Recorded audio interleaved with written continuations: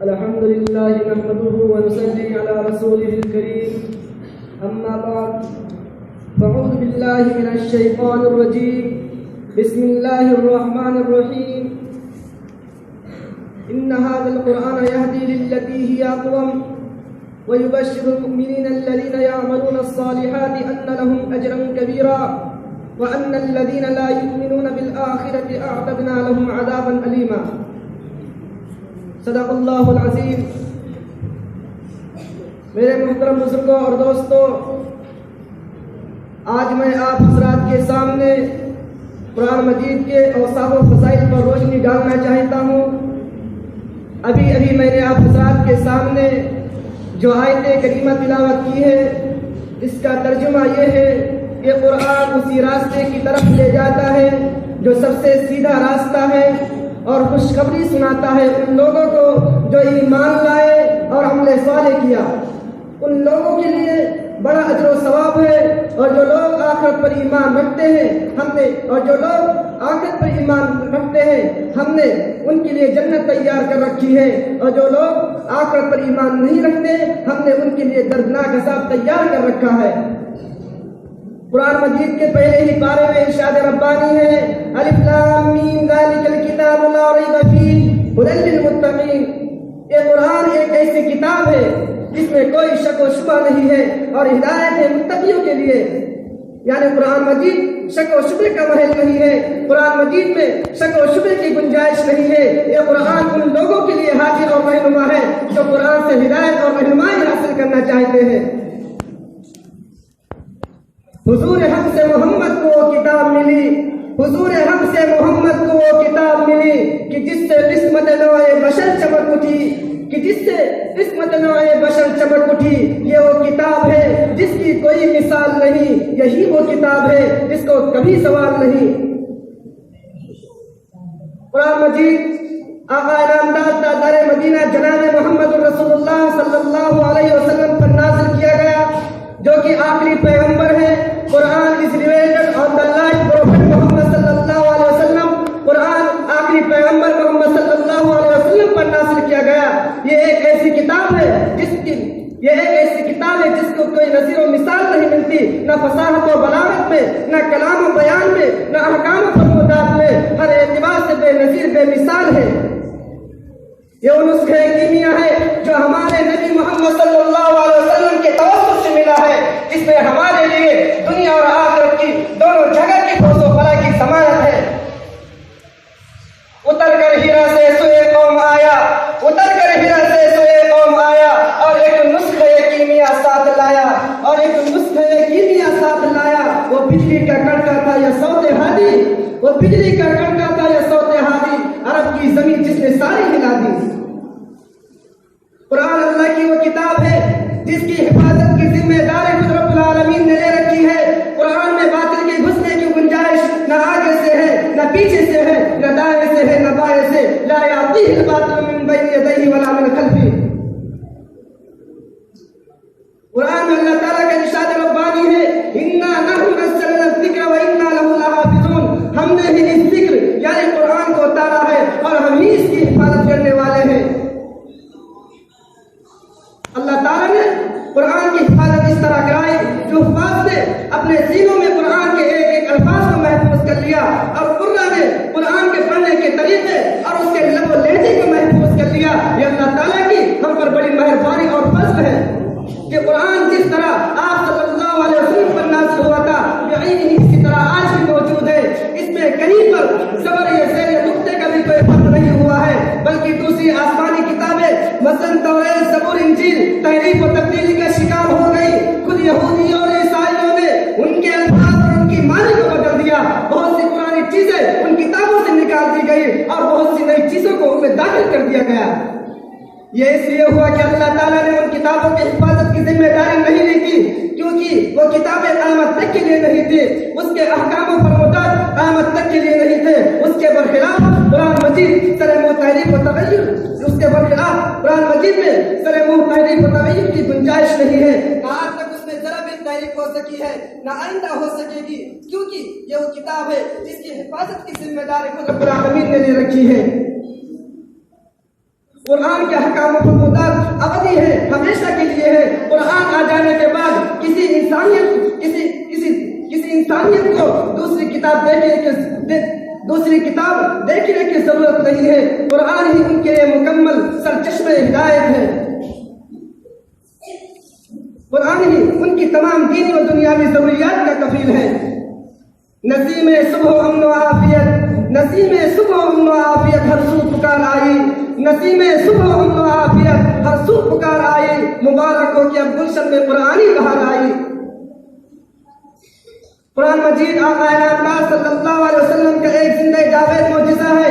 حضور صلی اللہ علیہ وسلم پر بہت سے معجزات اتارے گئے، مگر ان تمام معجزات میں جو معجزہ سب سے اعلیٰ اور برتر ہے، جو رہتی دنیا تک کے لیے ہے، وہ اللہ کی آخری کتاب قرآن مجید ہے۔ دنیا میں بہت سارے انبیاء کرام تشریف لائے، سبھی کو اللہ تبارک و تعالیٰ نے معجزات سے نوازا، اور ہر نبی کو کوئی ایسا معجزہ ضرور دیا جو اس زمانے کے حالات کے مطابق تھا۔ مثلا حضرت موسیٰ علیہ السلام کے زمانے میں جادو کا بہت زور تھا، ایک سے ایک جادوگر موجود تھے، اس لیے اللہ تعالیٰ نے حضرت موسیٰ علیہ السلام کو چند معجزات ایسے بھی عطا فرمائے جو جادو سے مشابہت رکھتے تھے، مثلا لاٹھی کا سانپ بن جانا اور یہ ویسا، حالانکہ وہ جادو نہیں تھے۔ معجزہ اور جادو میں زمین و آسمان کا فرق ہوتا ہے، کہ نسبت خاکرہ بعالم پاک، مگر دیکھنے میں وہ معجزات جادو ہی کی طرح لگتے تھے۔ اسی طرح حضرت عیسیٰ علیہ السلام کے زمانے میں طب کا بہت چرچا تھا، ایک سے ایک نبی موجود تھے، ایک سے ایک ڈاکٹر موجود تھے، اس لیے اللہ تعالیٰ نے حضرت عیسیٰ علیہ السلام کو چند ایسے معجزات عطا فرمائے جو طب سے مشابہت رکھتے تھے، مثلا مردوں کو زندہ کر دینا، مادرزاد اندھوں کو بینا کر دینا، کوڑیوں کو اچھا کر دینا، وغیرہ وغیرہ۔ لیکن جب ہمارے نبی آخر الزمان محمد عربی صلی اللہ علیہ وسلم اس دنیا میں مبعوث ہوئے تو اس زمانے میں عرب میں شاعری کا بہت زور تھا، ایک سے ایک شاعر موجود تھے، لیکن جب ایک سے ایک شاعر موجود تھے، اسی لیے وہ اپنے آپ کو عرب اور دوسروں کو عجم کہا کرتے تھے، یعنی گونگا کہا کرتے تھے۔ اس لیے اللہ تعالیٰ نے حضور صلی اللہ علیہ وسلم پر دیگر معجزات کے علاوہ ایک زندہ جاوید معجزہ قرآن مجید کی صورت میں عطا فرمایا،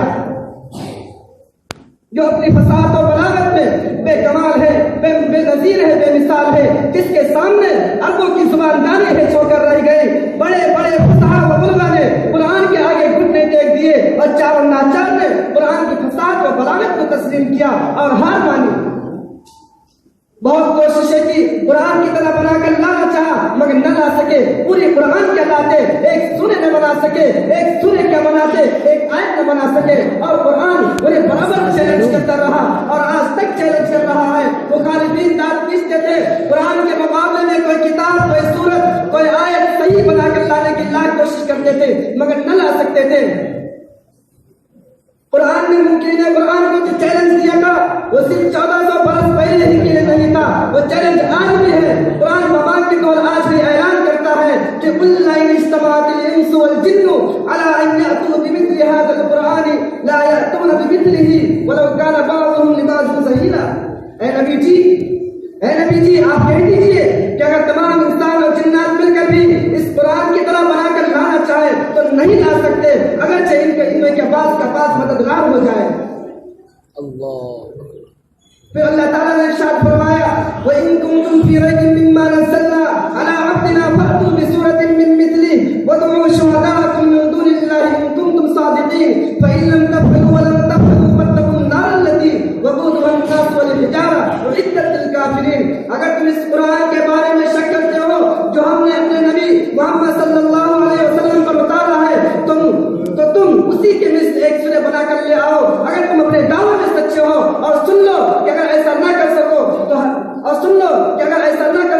اور ہرگز ایسا نہ کر سکو گے تو اس آگ سے ڈرو جس کا ایندھن انسان اور پتھر ہے، جو تم ہی جیسے کافروں کے لیے تیار کی گئی ہے۔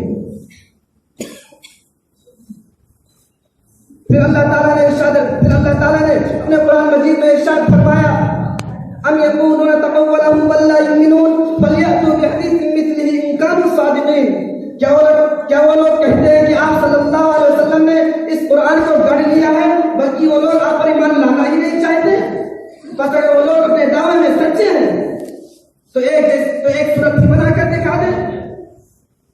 پھر اللہ تعالیٰ نے سورہ نساء میں ارشاد فرمایا افلا یتدبرون القرآن ولو کان من عند غیر اللہ لوجدوا فیہ اختلافا کثیرا، کیا وہ لوگ قرآن میں غور و فکر نہیں کرتے؟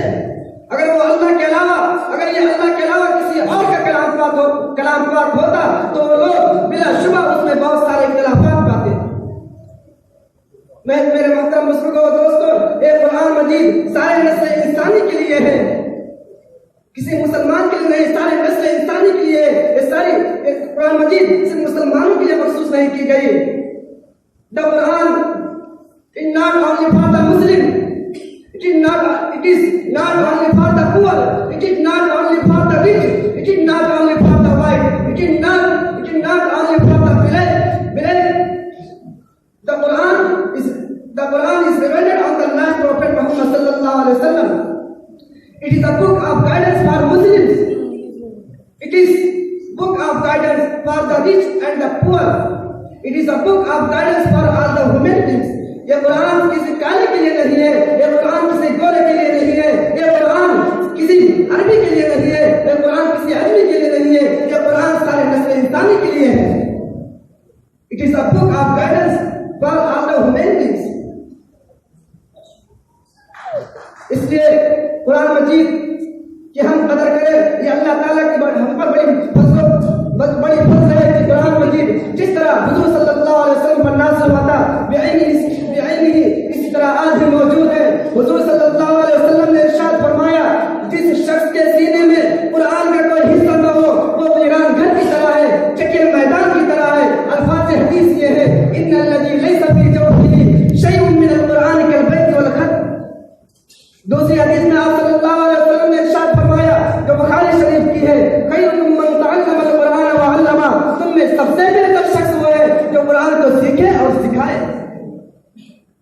بلکہ یہی نہیں فرمایا آپ صلی اللہ علیہ وسلم نے، آپ صلی اللہ علیہ وسلم نے آگے اور فرمایا کہ زینوا القرآن باصواتکم، قرآن کو اپنی آواز سے زینت دو، کیونکہ اسی قرآن کے ذریعے اللہ تعالیٰ کچھ لوگوں کو اوپر اٹھاتا ہے اور کچھ لوگوں کو نیچے بھی گراتا ہے، کچھ لوگوں کو عروج بھی عطا کرتا ہے، کچھ لوگوں کو زوال بھی دیتا ہے، کچھ لوگوں کو بلندی عطا کرتا ہے، کچھ لوگوں کو پستی میں ڈالتا ہے۔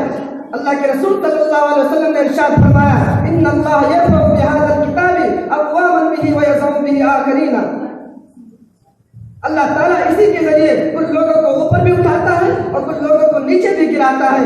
اس لیے جو لوگ قرآن کے احکام و فرمودات پر عمل کرتے ہیں، اس کے احکام و فرمودات پر عمل کرتے ہیں، اس پر ایمان لاتے ہیں، اللہ تعالیٰ ان کے ایمان لانے اور عمل کرنے کی وجہ سے انہیں جنت عطا کرتا ہے۔ اور جو لوگ اس قرآن پر ایمان نہیں لاتے، اس کے احکام و فرمودات پر عمل نہیں کرتے، اللہ تعالیٰ انہیں آرے مسلط میں گرا دیتا ہے۔ اس لیے آج جو لوگ عروج و کمال کے خواہش مند ہو، دنیا اور آخرت میں ترقی اور خدا و بابود چاہتے ہو، تو ان پر لازم ہے جو قرآن کی دعوت پر لبیک کہیں، قرآن کے احکام و تعلیمات پر عمل پیرا ہو، تاکہ ساری دنیا بستی و انحطاط سے نکل کر عروج و کمال کی شاہراہ پر گامزن ہو سکے۔